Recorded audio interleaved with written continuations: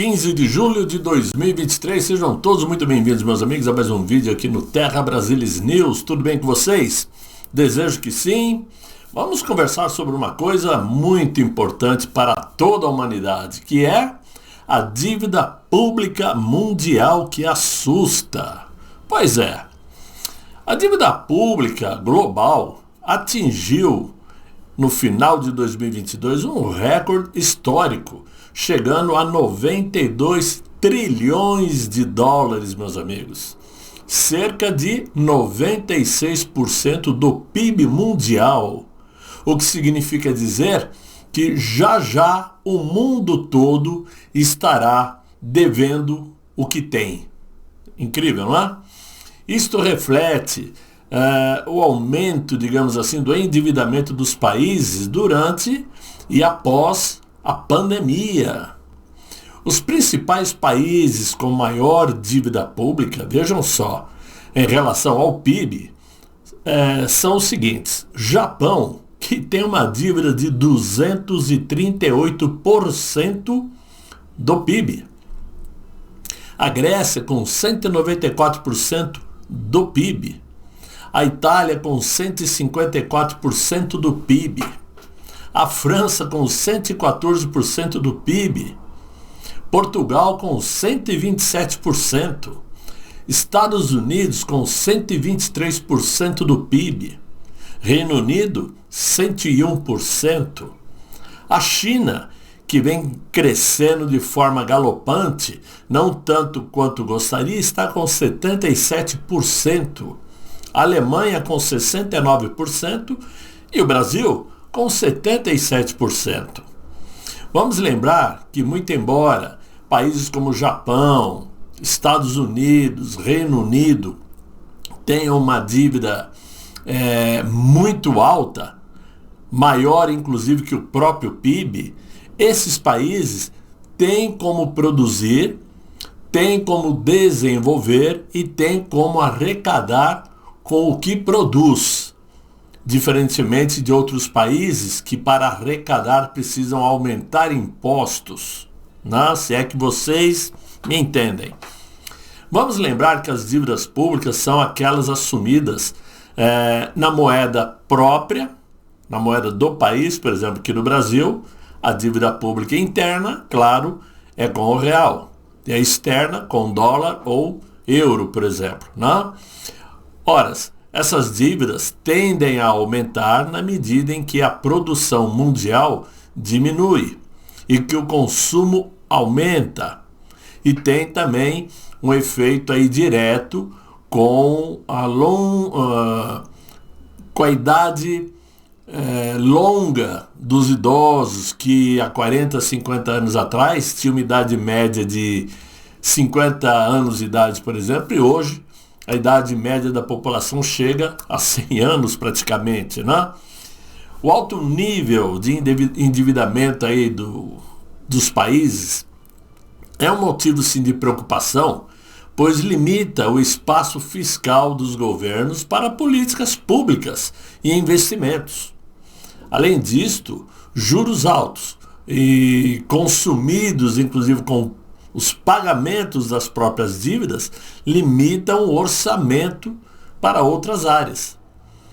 Para a população, a dívida pública eleva significativamente o potencial de cortes em programas sociais como educação, saúde, transportes, obras de infraestrutura, além de possíveis aumentos de impostos futuros para cobrir o custo da dívida, claro.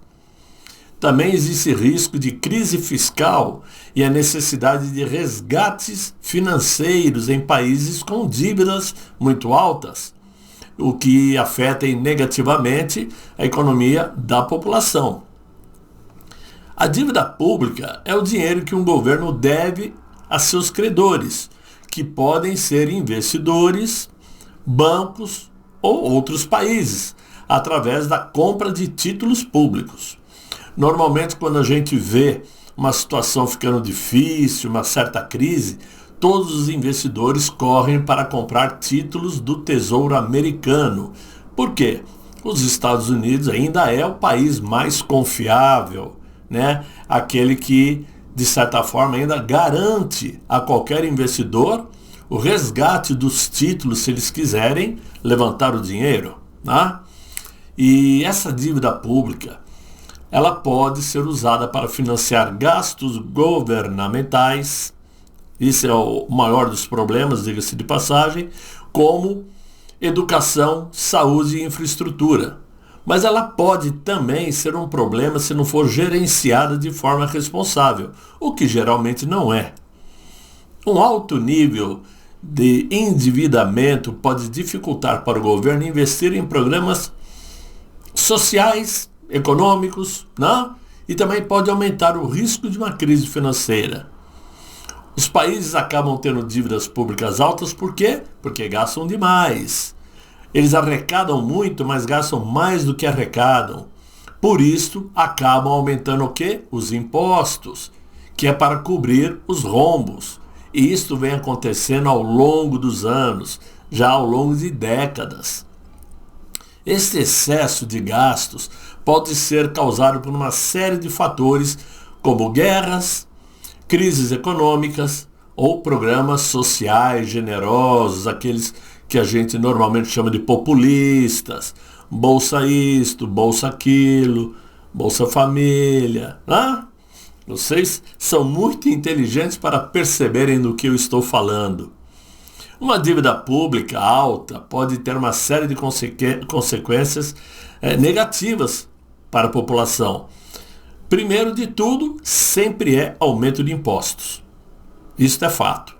Consequentemente, vem aumento de preços ao consumidor. A redução de investimentos públicos, como eu falei, educação, saúde, segurança, infraestrutura, fica tudo para depois, né? É importante que os governos gerenciem a dívida pública de forma responsável, porque isso significa gastar o dinheiro de forma eficiente e evitar o aumento da dívida sem necessidade, porque chega num ponto que essa dívida começa a ser impagável. Também significa ter um plano para pagar a dívida em um futuro próximo, prevendo o que pode vir a acontecer. Se os governos não forem capazes de gerenciar essa dívida pública, isso pode ter um impacto negativo e a economia de qualquer país pode entrar em colapso. No caso do nosso Brasil, um desses principais desafios é a alta dívida pública brasileira, que está em torno de 5 trilhões e meio de reais, o que equivale a 77% do PIB. E esse percentual vem crescendo paulatinamente, né? Essa dívida cresceu muito durante os anos, principalmente depois dos governos do regime militar, por conta aí de constantes déficits fiscais do governo. Somente agora, em 2022, é que o ano fechou com uma balança comercial positiva para o Brasil em torno de 59 bilhões de reais. Isso depois de muitos anos, né? Graças e muito, digamos assim, ao setor do agronegócio, que traz dividendos milionários ao Brasil. Com isto, o país, evidentemente baseado somente na agricultura e assim mesmo gastando mais do que deve, não consegue retomar o crescimento econômico. Isso de uma forma sólida, pelo menos, né? Espera-se agora para 2023 um PIB estagnado, talvez com um crescimento apenas de 0,5%, é o que dizem os especialistas. Além disto, a inflação voltou a subir, puxada principalmente pelo aumento de preços de combustíveis e alimentos. Para conter a inflação, o Banco Central aumentou a taxa Selic para 13,25%. E claro que isso dificulta a recuperação do consumo. Porém, se houver uma diminuição dessa taxa, corre-se o risco de aumentar a inflação. Portanto, não adianta trocar 6 por meia dúzia. O que importa mesmo são os governos, inclusive o Brasil, a diminuir seus gastos. Enquanto isso, praticamente 10 milhões de brasileiros estão desempregados, com a taxa de desocupação perto de 9% da população ativa. Assim, o Brasil passa por um cenário desafiador, com suas contas desequilibradas, um crescimento fraco, inflação e alta de juros. A perspectiva para 2023 é ainda de uma continuidade de problemas econômicos. Existem aí setores da sociedade mundial fundamentais para interferirem e talvez solucionar os problemas econômicos do mundo, como a geopolítica e o comércio internacional, que é justamente o que? A relação entre os países, o comércio entre os países, por exemplo, Estados Unidos comercializando com a China, com a Rússia, o Brasil com a China, com os Estados Unidos, com a Rússia, e assim por diante. Tem que haver aí um comércio aberto, sem a existência do chamado protecionismo, que impõe taxas às vezes altas para que alguns países consigam comercializar. Isso não ajuda em nada. Seria muito melhor deixar um comércio aberto, né? Outra opção seria, para o crescimento econômico, seria, evidentemente, levar em consideração os setores mais fragilizados por conta do período pandêmico e pós-pandêmico, né? Dando a eles a oportunidade de se recuperarem e, claro, ajudarem a fazer com que o país cresça, né?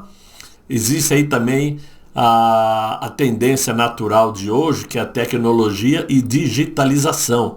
Porque hoje, no mundo já de inteligência artificial, esse é um caminho que não volta, ele só vai para frente, né? Então, os investimentos em tecnologia e, digamos assim, inteligência artificial se tornam hoje fundamentais para qualquer país que queira entrar num grau de competitividade no mesmo nível dos outros, digamos assim, o que é impossível, porque ninguém vai conseguir competir no mesmo nível que os Estados Unidos, por exemplo, né? Mas tem que se começar. As tendências demográficas é um outro setor que tem que ser levado em consideração, porque, como eu disse agora há pouco, a idade média da população aumentou e muito, né? Ou seja, já está quase atingindo 100 anos de idade. Obviamente que isso aumenta os custos do sistema de saúde, de assistência social, né? Ou seja, o caixa desses setores, como o INSS no Brasil, por exemplo, Social Security nos Estados Unidos, acabam entrando em colapso. Porque, além disso tudo, hoje em dia a população tem começado a trabalhar bem mais tarde, ou por conta da falta de vontade de trabalhar, ou por conta dos serviços informais, que nem sempre são declarados, essa é que é a verdade, né? Então, meus amigos, é uma situação que preocupa a todos, a população mundial inteira, e que não adianta ficarmos empurrando com a barriga. Se os governos não tomarem uma atitude séria de, primeiramente, diminuir seus gastos, o mundo vai entrar em colapso. Tenham certeza disso.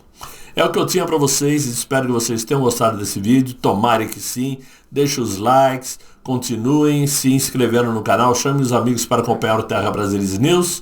Eu desejo a vocês um excelente final de semana, muito bom descanso, até a próxima, se Deus quiser. Ele há de querer. Fiquem bem, fiquem com Deus. Tchau, tchau.